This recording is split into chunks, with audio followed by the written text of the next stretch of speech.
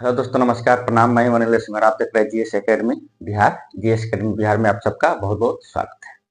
आशा करता हूँ आप सब अच्छे होंगे। देखिए दोस्तों, पिछले एपिसोड में यानी सेकेंड एपिसोड में हमने क्रांति से पूर्व की स्थिति, क्रांति मतलब फ्रांसीसी क्रांति से पूर्व की स्थिति यानी 1774 के बारे में जाना था कि 1774 में फ्रांस की राजगद्दी पे किस राजा को बैठाया जाता है, इसके बारे में हमने जाना था। जब राजा लुई 16वां सम्राट बनता है, जो कि एक पूर्व राजवंश का है, मात्र 20 साल की उम्र में, तो राजगद्दी पर बैठने के बाद उसको किस किस टाइप के वित्तीय संकट का सामना करना पड़ता है। और 18वीं सदी के फ्रांसीसी समाज के बारे में जाना था कि जो फ्रांस के लोग थे उस समय, उनके जनसंख्या का विभाजन कैसे किया गया था, जनसंख्या और उनके भूमि के अधिकार क्या थे, इसके बारे में हमने जाना था। उनके विशेषाधिकार और दायित्व के बारे में जाना था। हमने ये जाना था कि किसानों के दायित्व क्या थे, राज्य में किसानों के दायित्व क्या थे।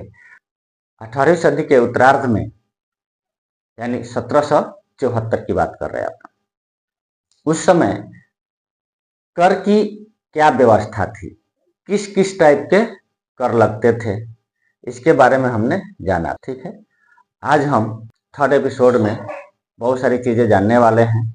तो चलिए चालू करते हैं आज का अपना थर्ड एपिसोड। आज के थर्ड एपिसोड में हम सामाजिक और आर्थिक बदलाव के बारे में जानेंगे और जो दार्शनिक विचार थे उसके बारे में जानेंगे। साथ ही हम दार्शनिक विचारों का जो प्रभाव था उसके बारे में जानेंगे। कुल मिलाकर हम मध्य वर्ग और विशेषाधिकार की अंत की जो शुरुआत थी, कहाँ से हुई, क्यों हुई, कैसे हुई, के बारे में जानने वाले हैं। तो आइए वीडियो के माध्यम से जानते हैं कि थर्ड एपिसोड में क्या क्या घटित हुआ और क्या क्या नया मिलने वाला है। चलिए चालू करते हैं अपना नया एपिसोड। जरा सोचिए, एक ऐसी दुनिया जहां किसी की किस्मत, किसी का मुकद्दर बस उसके जन्म के साथ ही तय हो जाता था। हाँ, 18वीं सदी की दुनिया कुछ ऐसी ही थी। पर आज हम ये जानेंगे कि कैसे सिर्फ एक आइडिया कि भाई काबिलियत खानदान से ज्यादा जरूरी है, इस एक विचार ने सब कुछ कैसे बदल डाला। ये कहानी है विशेषाधिकार यानी प्रिविलेज के खात्मे की। तो क्या होता है जब कोई नया विचार इतना पावरफुल हो जाए कि वो सदियों पुरानी सल्तनतों तक को उखाड़ फेंके? बस यही सवाल है जो आज हमारी इस पूरी बातचीत के सेंटर में रहेगा। हम देखेंगे कि कैसे एक रेवोल्यूशनरी सोच एक पुरानी जमी जमाई दुनिया को उसकी जड़ों से हिला सकती है। चलिए तो फिर शुरुआत करते हैं। सबसे पहले चलते हैं उसी दौर में, विशेषाधिकारों की दुनिया में। जरा सोचकर देखिए, एक ऐसे समाज के बारे में जो एकदम सख्त परतों में बटा हुआ है, जहां किसी की जगह उसे कमानी नहीं है, वो तो उसे विरासत में मिल जाती है। मतलब एक ऐसी दुनिया जहां किसी की कीमत उसकी पैदाइश से तय होती थी, उसके काम से नहीं। अच्छा, हमारी इस पूरी पड़ताल का जो आधार है वो ये दस्तावेज है। इसे उस दौर का एक स्नैपशॉट समझ सकते हैं। इसमें लिखे शब्द जानते हैं, उस समाज के अंदर सुलग रहे तनाव को दिखाते हैं। एक ऐसा समाज जो बस फटने ही वाला था। एक तरफ वो लोग थे जिनके पास सब कुछ था, और दूसरी तरफ वो जिनके पास कुछ भी नहीं, और इनके बीच की खाई बस गहरी होती जा रही थी। तो सवाल उठता है कि ये पुरानी व्यवस्था या ओल्ड ऑर्डर आखिर था क्या? ये एक ऐसा सिस्टम था जहां किसी के अधिकार, किसी की ताकत उसकी काबिलियत या मेहनत से तय नहीं होती थी। नहीं, वो तय होती थी उसके खानदान से, कि वो किस परिवार में पैदा हुआ है। सीधी सी बात है, किसी के काम से कहीं ज्यादा उसका सरनेम मैटर करता था। लेकिन इस जमे जमाए सिस्टम के बीच ना कुछ नया पनप रहा था, और यहीं से कहानी में एंट्री होती है एक बिल्कुल नए क्लास की, एक ऐसे ग्रुप की जो पुराने सांचों में फिट ही नहीं हो रहा था। और पता है क्या, यही ग्रुप इन सांचों को तोड़ने वाला था। तो हुआ ये कि 18वीं सदी में एक नई ताकत तेजी से उभर रही थी। इसे थर्ड स्टेट कहा गया। ये एक ऐसा सोशल ग्रुप था जो बहुत ही तेजी से पैसा भी कमा रहा था और ज्ञान भी हासिल कर रहा था। अब ये एक ऐसी ताकत बन चुका था जिसे इग्नोर करना नामुमकिन था। तो आखिर ये लोग थे कौन?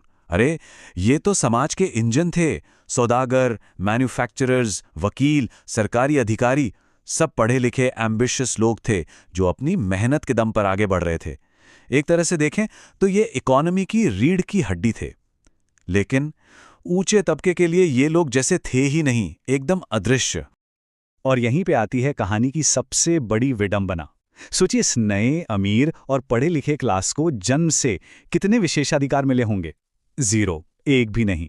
मतलब सारी दौलत, सारा ज्ञान होने के बावजूद जब बात विरासत में मिले हक की आती थी तो उनके हाथ बिल्कुल खाली थे।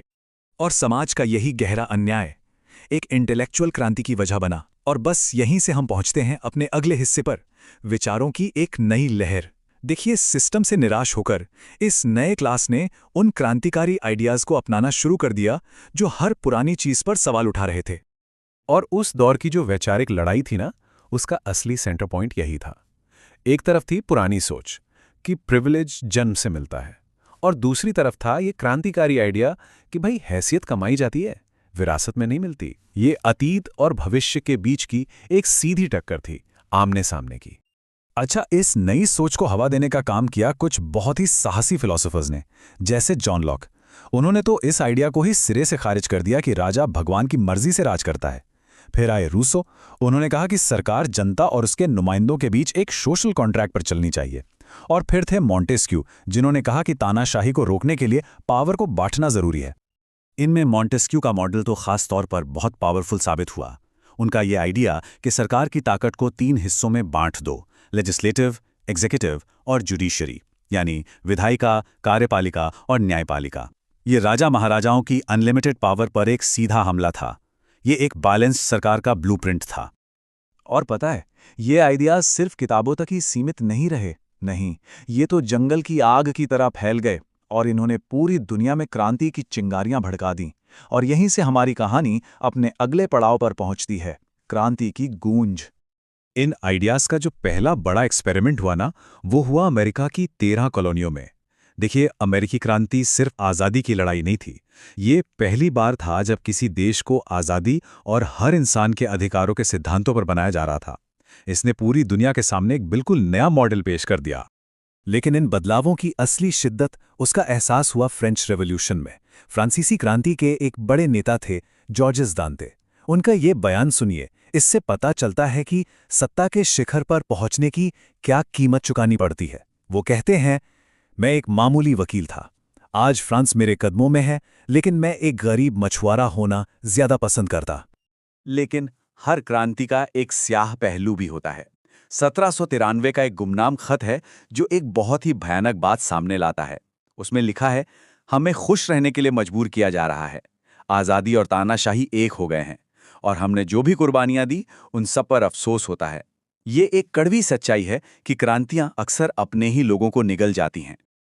तो इतनी उथल-पुथल, इतने खून खराबे के बाद आखिर हाथ में आया क्या, बचा क्या? और बस यही सवाल हमें हमारे आखिरी सेक्शन की तरफ ले जाता है, एक स्थायी विरासत। तो अगर हम इसे समेटे तो 18वीं सदी ने एक ऐसी दुनिया का अंत देखा जो जन्म पर आधारित थी, और एक ऐसी दुनिया की शुरुआत देखी जो अधिकारों पर आधारित थी।